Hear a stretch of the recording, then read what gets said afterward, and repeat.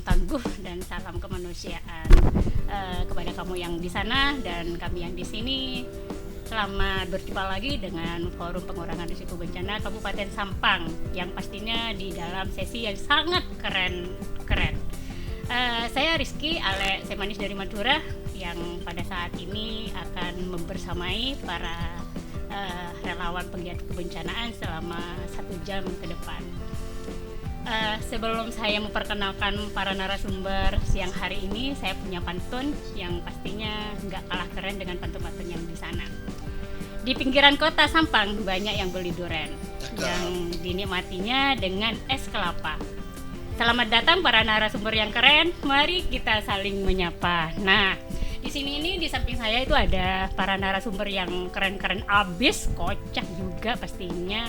Namun kayaknya kurang afdal deh kalau kita nggak saling mengenal. Saya langsung menyapa ya. Assalamualaikum para narasumber yang keren-keren.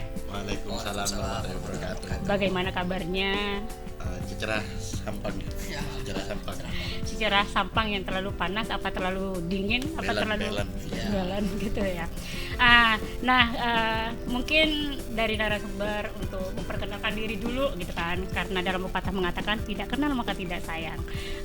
Barusan kan saya sudah memperkenalkan diri nih, jadi kami harap juga narasumber memperkenalkan diri biar tidak salah menyapa orang nantinya. Namun sebelumnya saya ingin menyapa para pegiat kebencanaan yang ada di sana. Hey, gimana kabarnya? Sehat-sehat kan? Insya Allah sehat lahir batin di akhir penghujung tahun ini. Amin. Gimana? Amin ya rabbal alamin. Gimana? Ayo kita kenalan saja langsung di sini gitu ya. Assalamualaikum warahmatullahi wabarakatuh. Selamat ini siang apa sore? Boleh malam nggak apa-apa. Fleksibel ya. Iya, fleksibel. Saya Alvin Nari dari Radio Republik Indonesia. Assalamualaikum warahmatullahi wabarakatuh. Waalaikumsalam warahmatullahi wabarakatuh. Saya Fahromi Nasyuddin, biasa dipanggil Romi. Saya adalah reporter di Radio Salsa Bila FM Sampang. Sama-sama orang radio berarti. Ya. Sama-sama orang radio. Wah, saya ini dikelilingi orang-orang radio ini. Kayaknya bakalan kocak abis. Malah saya kayaknya yang bakalan nggak kocak ini di sini. Enggak juga. Oh, enggak itu juga. Dari sugesti Anda. Oh, sugesti aja. Jadi saya harus mengafirmasi diri saya sendiri dulu ini. Saya bersama orang-orang penyiar radio gitu kan. Gimana perjalanannya dari sana ke sini? Terima kasih sudah mengakomodasi kami ya. Iya, betul. Kita sudah diberikan inventaris untuk sampai ke sini. FRB layanannya keren banget. Terima kasih banget. Dan demi FBRB kita sebelum berangkat di sini ya Kak, kita sudah janjian gitu. Kalau kita mau kapelan gitu, kita mau pakai dress code. Oh iya samaan kita juga. Saya di sini juga sama. Berarti chemistry udah kuat gitu. Sudah dapat ya. Tinggal apanya ini yang belum? Kalau chemistry-nya sudah, berarti tinggal ngobrol-ngobrol santainya ya. Nah, menurut pandangan, ini saya enaknya manggil apa ya? Manggil kakak, bapak, kalau kakek, di apa gimana? Sampang nih? Anom.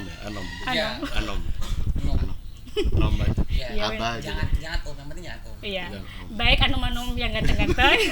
Kakak aja ya. Kayaknya perlu dites dulu gitu ya. Anom apa kakek? Baik kakek-kakek Kakek. semuanya. Oh enggak. Masih baby face gitu ya. Iya. Masih baby face. Oh iya berarti kakak-kakak ya enaknya ya. Gimana menurut kakak-kakak nih kalau kita ngobrolin tentang kebencanaan gitu kan. Oke. Selaku awak media yang sering ngobrol di media sosial ya. Media sosial. Ya khususnya yang berbagai media, di platform. berbagai media gitu. Menurut kakak-kakak ini tentang kebencanaan itu seperti apa? Dari sudut pandang dari kakak-kakak ini. Saya dulu. Boleh? Kalau di Radio Republik Indonesia sendiri kita sudah sudah peduli banget soal mitigasi bencana karena sejak tahun 2019 RRI itu udah punya program terkait dari mitigasi bencana itu namanya kentongan. Kentongan. Kenapa namanya kentongan? Itu kan identik dengan kearifan lokal. Dan biasanya kalau ada apa-apa itu terutama di desa itu pasti kan yang pertama itu Gitu. kentongan itu, Iya. bukan mie ayam ya. Kentong. Mie ayam. Oh, bukan ya. Bukan. Itu biasanya tanda bahaya rata-rata. Dan tentu program ini sendiri sudah berjalan dari 2019 dan tiap minggu di kalau nggak salah 200 lebih stasiun RRI kita selalu menyiarkan soal program ini. Mungkin Kak Romi. Kalau menurut Kak Romi gimana? Kentongan itu bagus sekali ya. Iya. Dan sesuai juga dengan filosofi yang sudah disampaikan Kak Alvin tadi, itu luar biasa banget sih menurut kita. Semua pemirsa sahabat kebencanaan dan kemanusiaan itu perlu kita apresiasi sekali gitu, karena program itu memang luar biasa banget gitu. Kalau di radio saya sendiri di Salsabila FM itu belum ada sih memang program yang spesifik ngebahas tentang kebencanaan. Kita lebih ke bekerja sama dengan beberapa pihak yang aktif dalam kebencanaan. Contohnya seperti FPRB Kabupaten Sampang, kita juga menjalin kerjasama yang baik dengan FPRB Kabupaten Sampang. Jadi ketika ada kegiatan-kegiatan yang berkaitan dengan mitigasi bencana, kita juga ikut andil di situ, baik terutama dalam publikasinya gitu. Karena publikasi kebencanaan itu sangat penting untuk mengedukasi masyarakat gitu. Sebelum kita ngebahas lebih dalam lagi tentang bencana ya, tentu kita boleh lebih mengenal lebih dalam lagi gitu ya. Mungkin saya mau ngobrol tentang diri saya dulu gitu. Oh iya, Ya. boleh, nggak apa-apa. Nggak apa-apa. Karena dalam pepatah mengatakan tidak kenal maka tidak sayang, itulah mungkin ya yang akan terjadi. ghosting. Iya. Bahaya juga ini, nggak bahaya tak? Sebenarnya di dunia jurnalistik ya Calvin ya, Kak Rizky, saya masih terbilang masih baru ya, masih bayi, masih cocok banget ya, kelihatan banget dari wajah saya yang masih baby face ini gitu. Iya. Saya baru sekitar Diakui. Iya. Dia Baru sekitar mengklaim sendiri. Iya. Harus Kak didorong. saya baru sekitar 6 tahun ada di mulai nyemplung di sumur jurnalistik gitu, atau di dunia jurnalistik gitu. Dan pengalaman jurnalistik pertama saya memang di secara profesional di Radio Salsabila FM, tapi sebelum itu di pesantren juga sempat nyantri. Saya juga pernah aktif di koresponden penerbitan majalah di pesantren, dan saya juga kebagian di kolom berita gitu, kolom informasi gitu.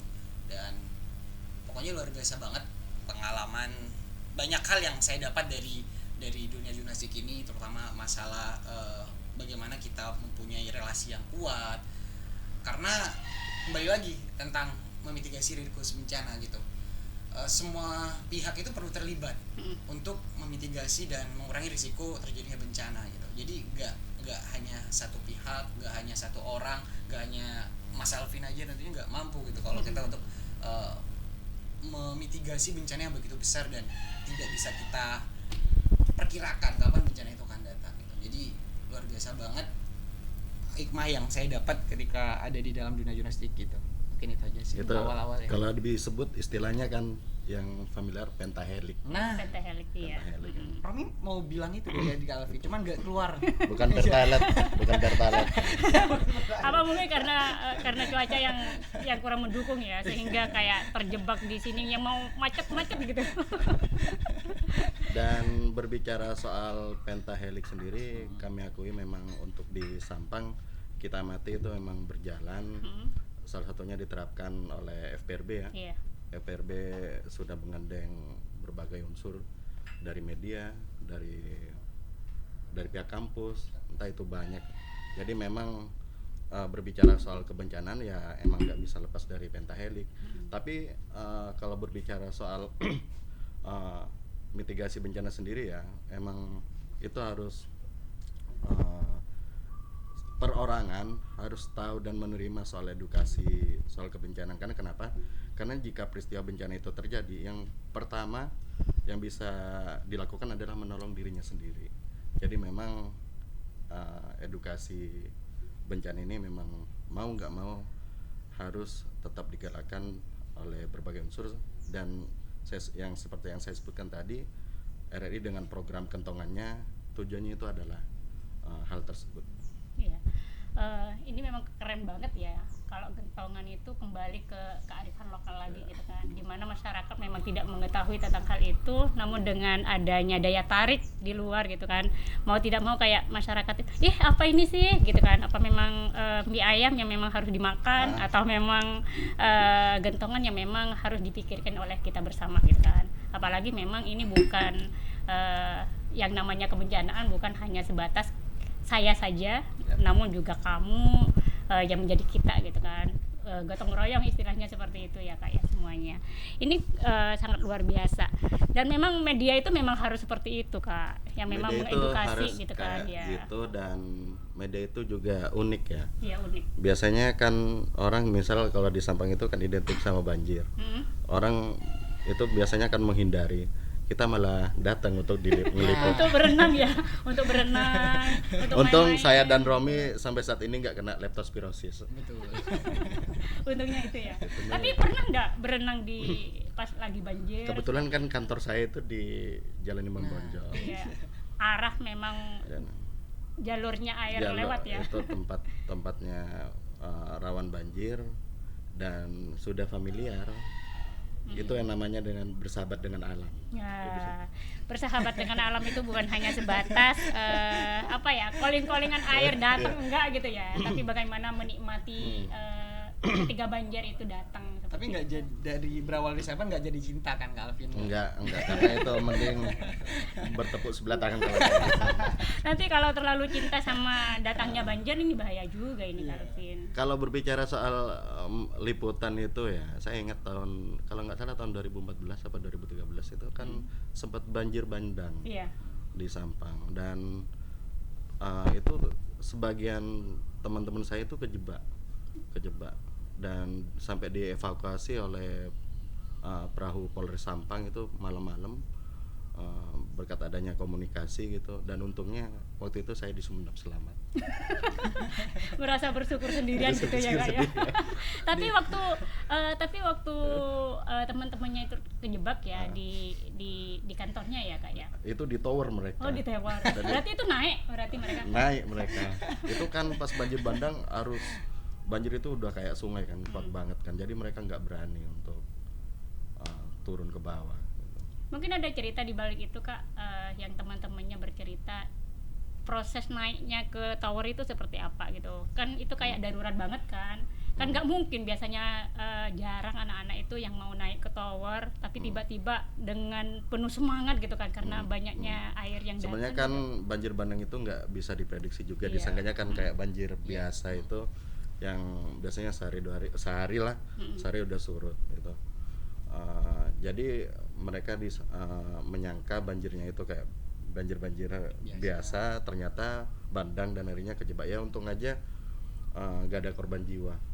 Dan alhamdulillah sampai sekarang banjir bandang masih belum terjadi kembali, dan semoga tidak ada ya. Semoga saja tidak dengan program normalisasi dari Pemkab ya.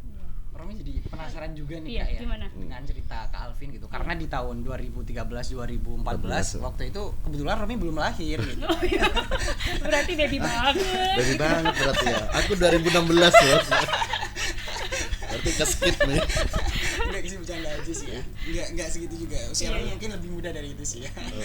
Tapi Kak Alvin, Romi penasaran banget ya. Iya. Karena beda ya lokasi studio kita ya gitu. Kalau studio kita kalau seandainya terdampak banjir ya mungkin satu Sampang ini kayaknya udah kelelep semua Kak gitu. Karena memang daratan tinggi gitu kan gitu. Di waktu itu Kak Alvin sempet gak? Oke, kalau Jiwa dan semua teman-teman kru ya di RRI itu kan selamat semua nih, sempet naik ke tower gitu. Kalau untuk alat-alat gitu. Alat-alat. Ya, waktu itu sempet digotong nggak waktu itu?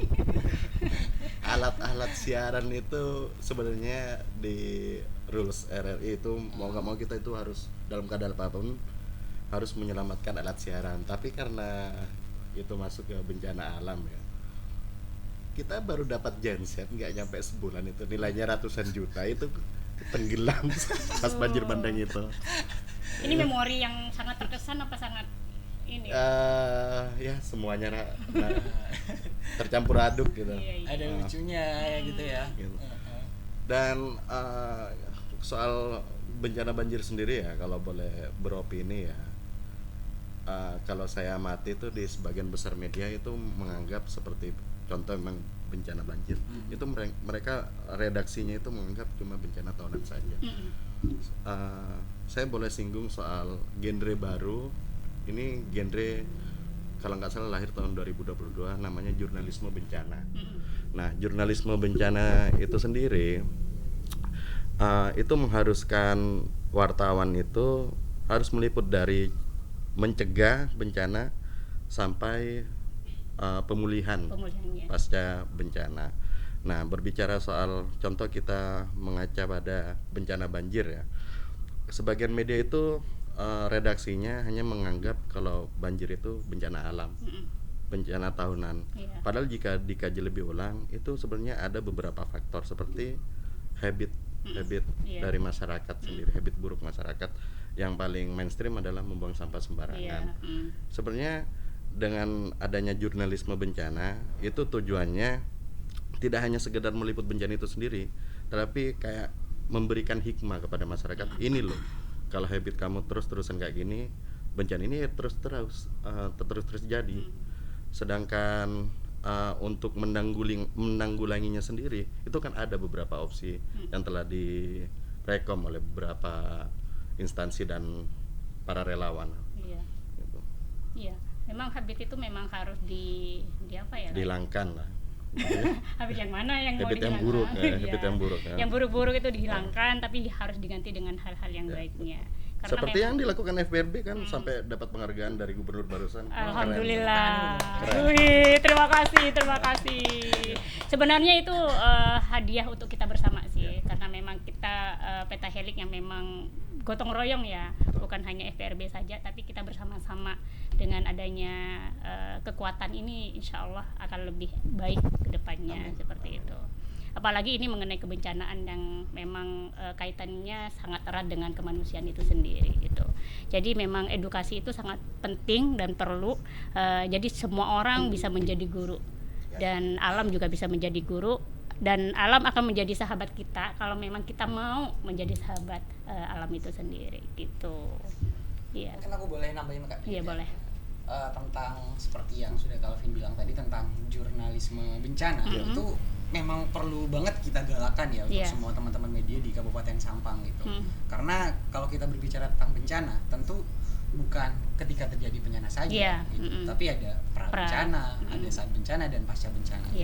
Sekali lagi media itu harus menjadi garda terdepan untuk memberikan edukasi melalui berbagai informasinya gitu. Misalkan pra-bencana, kita edukasi masyarakat, ini loh kalau dampak kalian ngebuang sampah sembarangan itu malah menjadi berdampak buruk dan akhirnya akan terjadi banjir dan penyakit-penyakit yang lain yang notabene itu juga bencana gitu. Kemudian saat bencana kita harus benar-benar melaporkan secara real apa yang terjadi di lapangan, jangan sampai ditambah-tambahin, misalkan dikurang-kurangin lagi juga. Betul. Misalkan nih ketinggian banjirnya di daerah Jalan Pemuda misalkan gitu, ketinggiannya itu selutut gitu. Selutut atau sedada gitu. Ternyata sedada bebek. Nah, itu kan bahaya juga ini. Gitu. Dan pasca bencana pun juga kita harus melaporkan gitu bagaimana dampak-dampak yang terjadi agar orang-orang yang berada di luar jangkauan bencana itu juga ikut tergerak untuk membantu sesama mereka gitu. Dan sekali lagi yang terpenting sebenarnya Kak ya, dari berbagai bencana ya, kalau dari sudut pandang, belum sampai kayak gitu. Saking semangatnya ini. Dari sudut pandang kita, dari awak media gitu ya, bencana yang terbesar itu adalah bencana hoax gitu. Terutama dalam kebencanaan gitu Calvin ya. Karena kalau berita-berita bohong itu malah akan memperkeruh suasana, akan memberikan dampak-dampak psikologis yang buruk, baik terutama terhadap mereka-mereka yang terdampak bencana gitu. Jadi yang perlu kita perangi gitu sebagai media adalah mengkanter gitu berita-berita bohong yang tidak bisa dipertanggungjawabkan gitu. Nah, ini sangat menarik banget ini ya. Antara media dengan kebencanaan ternyata sangat erat banget ya di sini. Nah, kira-kira nih menurut Kak Romi sama Kak Alvin sebagai awak media yang memang masih ada yang baru yang sudah lama makan garam di situ makan garam di situ apa sih terlalu asin. Terlalu Romi boleh cerita-cerita juga kan, kita ngobrolnya santai kan. Iya, santai. Romi itu paling Romi itu belajar banyak dari Calvin kan. Calvin ini juga senior Romi gitu, Iya. banyak ilmu yang Romi dapat gitu. Dan yang paling Romi suka dari Calvin ini kalau ngelihat status beliau ini pas lagi makan kuliner, aduh itu buat Romi kepengen Kayaknya banget. bikin lapar. Abis ini kita kayaknya harus Bencana kuliner sih bagi deh. Romi gitu ya, bencana banget tuh Calvin gitu, harus ditanggulangi nih. Kak, ini bencana loh bagi kami gitu kan. Abis ini kita kulineran Bencana aja. ngiler. Iya. Oke. Nah, serius lagi sih. Nyambung soal tadi ya opini dan cerita dari Seromi soal berita hoax. Mm-mm. Itu kan sebenarnya background dari sebagian media kita itu masih percaya soal bad news is good news. Mm-mm. Iya. Ada juga yang masih mencanangkan clickbait juga kan. Dan kembali lagi soal jurnalisme bencana yang perlu diperhatikan dan mungkin bisa diintrospeksi ya. Masih sebagian media di Indonesia itu improve-nya offset banget soal bencana. Contohnya apa? Misal kita flashback ke bencana Gunung Merapi waktu erupsi. Itu ada beberapa media, kan biasanya kita lumrahnya minta statement ke BPBD, ke Para pemangku kebijakan gitu Pak betul. Ini ada yang nyeleneh ke paranormal. Gitu ya. kan. Ini Ada kan? gimana itu? Ya. Ada kan? Mereka minta statementnya paranormal. Gimana nih Pak Dukun? Prediksinya gimana ini? Apakah emang sudah diprediksi sudah akan terjadi bencana alam? Itu kan intinya mereka menghadirkan narasumber yang kurang berkompeten menurut saya. Itu. Nah, dengan adanya kejadian ini mungkin bisa menjadikan evaluasi bagi para pelaku media untuk lebih menghadirkan narasumber yang lebih berkompeten dan memang lebih tepat gitu. Iya. Gitu. Ya soalnya kan kalau berbicara mengenai kebencanaan itu jangan main-main Ya, gitu betul. kan. Karena Betul. memang mencangkup banyak orang di Betul. sana dan banyak nyawa cuma satu doang gitu kan. Masa mau ditawar-tawar kan gitu. Kalau di game bisa di revive. Enak itu. Tandanya nyawa itu kayak di film kartun gitu Kak. Dikena bom langsung hidup Iya. lagi gitu kan. Ya itu kan keren banget. Tapi kan ini dunia nyata, kembali ke dunia nyata. Yang memang nyawa itu memang harus diprioritaskan dalam hidup. Cuma satu gitu kan. Iya. Nggak ada yang bisa membuat kecuali Tapi Tuhan. kalau seandainya bisa kayak game gitu ya asik juga sih Calvin ya gitu. nggak ada orang yang meninggal. Sedikit kita keluar dikit ya, mungkin kalau Romi ditanya gitu, Rom, kalau kamu setelah Kita belajar ke Iya. kucing berarti. Iya. Setelah kita nggak ada nih Rom, Iya. kamu setelah dibangkitkan kembali pengen jadi apa ya? Sekali lagi Romi mungkin pengen jadi jurnalis sih Kak, tetap. Berarti percaya Iya. ke reinkarnasi. Karena ya itu. Kenapa Karena kok tugas jurnalis pengen itu memang pengen kembali menurut lagi saya gitu ya, kan? karena Iya. bukan berarti saya ngomong itu karena saya seorang jurnalis, enggak gitu. Tapi tugas seorang jurnalis itu memang sangat mulia sih bagi saya itu, terutama dalam isu kebencanaan gitu. Itu memang perannya juga vital juga dalam memitigasi risiko bencana gitu. Dan Romi setuju banget apa yang disampaikan oleh Kak Alvin tadi gitu. Ketika kita mengambil komentar atau tanggapan dari narasumber itu memang harus dari narasumber yang kompeten Iya. gitu. Dan kita juga sudah bekerja sama ya, Kak Arvin juga saya rasa juga sering banget dengan beberapa lembaga, badan yang memang aktif dan kompeten di bidang kebencanaan gitu. Romi bukan ngepromoin gitu, tapi teman-teman ketika kita berbicara tentang kebencanaan tentu yang harus kita dekati gitu atau kita kulik informasinya ya tentu ke Badan Penanggulangan Bencana Daerah, provinsi atau pusat, dan kalau untuk informasi-informasi iklim kita ke BMKG dan banyak lagi badan dan lembaga lain yang memang berkompeten di bidang itu. Jadi itu sih yang perlu didalami, yang kita korek gitu berkaitan dengan kebencanaan yang terjadi gitu. Tapi kira-kira kalau pas lagi bencana gitu kan, tiba-tiba datang, itu kira-kira dari dua media ini itu langsung menyebarkan informasinya secara secara cepat dan tanggap, dan memang anti kekeliruan, anti hoax dan hal semacamnya gitu Kak. Intinya jurnalis itu kembali lagi, jurnalis itu emang unik. Di saat orang kena bencana itu menghindar, Ya. secara insting Iya. kita pasti akan mendekat. Wih. Kita ingin pahlawan mendapatkan ini apa pahlawan dalam mencari berita atau memang memberi informasi? lebih ke insting sih sebenarnya. Insting, ya. Apalagi jika memang jurnalis itu udah mempunyai jam terbang yang tinggi, itu secara organik ya pasti terbentuk insting itu. Iya. Semakin kuat berarti ya. Betul. Nah, gimana ini caranya para jurnalis, para media ini kayak bersatu gitu Kak untuk penanggulangan bencana itu sendiri gitu. Apa Bersatu. memang sudah ada tim khusus dari media itu? Ini loh sekarang sedang ada bencana, mereka langsung diterjunkan bersama-sama, atau memang kayak instingnya memang tadi itu memang jiwa kerelawanannya itu yang muncul langsung menyatu sendiri di lokasi kebencana itu sendiri. Gimana itu? Ya tentu syarat untuk menjadi jurnalis itu emang harus banyak relasi ya.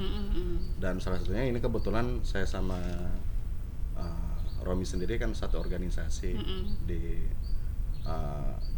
ada komunitas jurnalis di Sampang namanya JS. Dan sejauh ini melalui WhatsApp group kita tetap aktif untuk share-sharing gitu. Iya. Jadi memang mau nggak mau jurnalis itu harus banyak mata banyak telinga. Iya. Harus itu. Ya, itu salah satu bentuk kerjasama ya. Iya. Gitu. Tapi juga secara insting juga seperti yang Calvin bilang tadi, itu juga secara insting bergerak sendiri Kak gitu. Kadang walaupun kita nggak janjian nih, pernah di tahun lalu ya waktu banjir di Sampang itu. Banyak media-media yang ketika terjadi banjir di Sampang, secara otomatis mereka langsung Merapat pergi semua sendiri. merapat ke kantor BPBD Kabupaten reuni Sampang. lagi gitu ya. Nah, iya. Dan lucunya Kak gitu. Iya. Waktu itu Romi yang